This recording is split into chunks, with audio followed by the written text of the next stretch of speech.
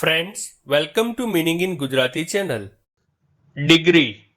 Degree શબ્દનો અર્થ પ્રમાણ, માત્રા, જથ્થો, વર્તુળ ઇત્યાદિનો અંશ કે ભાગ, કોણના માપનો અથવા તાપમાનનો એકમ, યુનિવર્સિટી ઇત્યાદિ દ્વારા અપાતી પદવી, ઉપાધિ, પાયરી, પગથિયું, દરજ્જો કે પદ થાય છે. ડિગ્રી શબ્દને આપણે વાક્યમાં પ્રયોગ કરીને સમજીએ. He has a master's degree in psychology from Gujarat University. અર્થાત તે ગુજરાત યુનિવર્સિટીની મનોવિજ્ઞાનની ઉપાધિ ધરાવે છે. એક બીજું ઉદાહરણ જોઈએ. The temperature of the town is 37 degrees Celsius. એટલે કે શહેરનું તાપમાન 37 ડિગ્રી સેલ્સિયસ છે.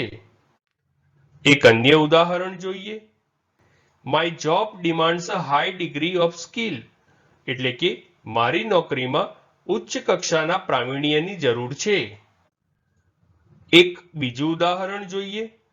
The slope of the bridge is kept at a 30 degree angle. એટલે કે પુલનો ઢાળ 30 ડિગ્રી કોણથી રાખવામાં આવ્યો છે.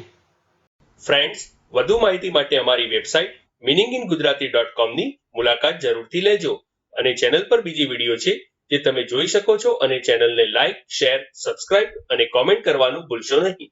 Thank you.